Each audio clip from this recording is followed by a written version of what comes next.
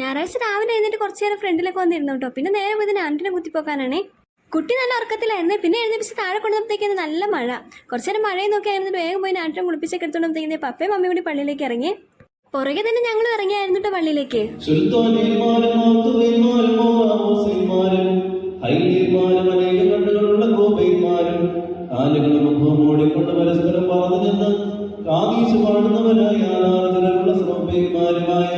ശരീരികളും അശരീരികളുമായ സ്വർഗസേനകൾ മഹത്വപ്പെടുത്തുന്നവനെ നമുക്ക് മഹത്വപ്പെടുത്താം.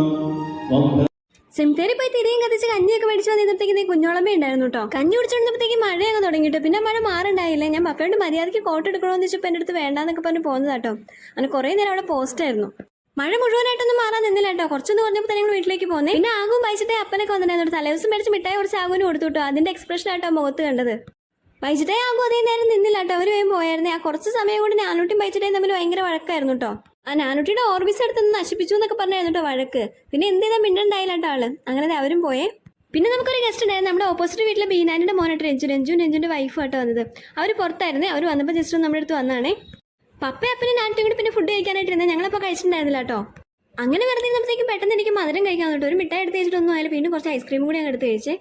മമ്മി എന്തൊക്കെയോ പണി എടുത്തോണ്ട് കിടപ്പുണ്ടായിരുന്നു. പിന്നെ കുറച്ചു നേരം കിടക്കാന്ന് പറഞ്ഞ് ഞാൻ വന്ന് കിടന്നു. പക്ഷെ ആ കൊച്ചിനെ കുത്തിപ്പൊക്കി ഞാൻ എഴുന്നേറ്റു കേട്ടോ. പിന്നെ മമ്മി ഞാൻ ആനുട്ടിക്ക് വൈകുന്നേരത്തേക്ക് കഴിക്കാനൊക്കെ കൊടുത്തേ. പുറത്തേക്ക് ഇറങ്ങി നോക്കുമ്പോൾ നല്ല അടിപൊളി മഴക്കാർ വെച്ച് നിൽക്കുവാണേ. ഞങ്ങൾക്കാണെങ്കിൽ പുത്തൻകുരിശ് വീട്ടിലേക്ക് വരും ചെയ്യണമായിരുന്നേ.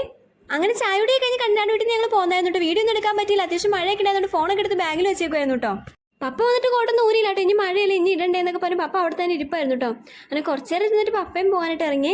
ഞങ്ങൾ അവിടെ തന്നെ ഒന്ന് ടാറ്റാ ബൈ ബൈ ഒക്കെ പറഞ്ഞു കേട്ടോ. പുറത്തേക്ക് ഇറങ്ങിയില്ല മഴയായോണ്ടേ. അങ്ങനെ തിരക്ക് പിടിച്ച് ബെഡ്ഷീറ്റ് മാറ്റി അടിച്ചു വാരലൊക്കെ ചെയ്തുകൊണ്ടിരുന്നപ്പോഴത്തേക്കും കുഞ്ഞനും ചേച്ചിയൊക്കെ വന്നു കേട്ടോ.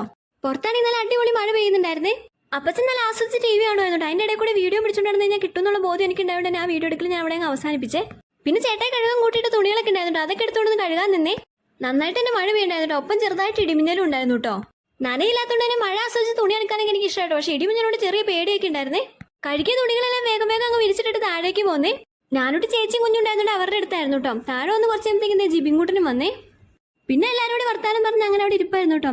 അപ്പോൾ ഞായറാഴ്ച വിശേഷങ്ങളൊക്കെ അത്രയുള്ളൂ. അടുത്ത വീഡിയോയിൽ കാണാം. ടാറ്റാ.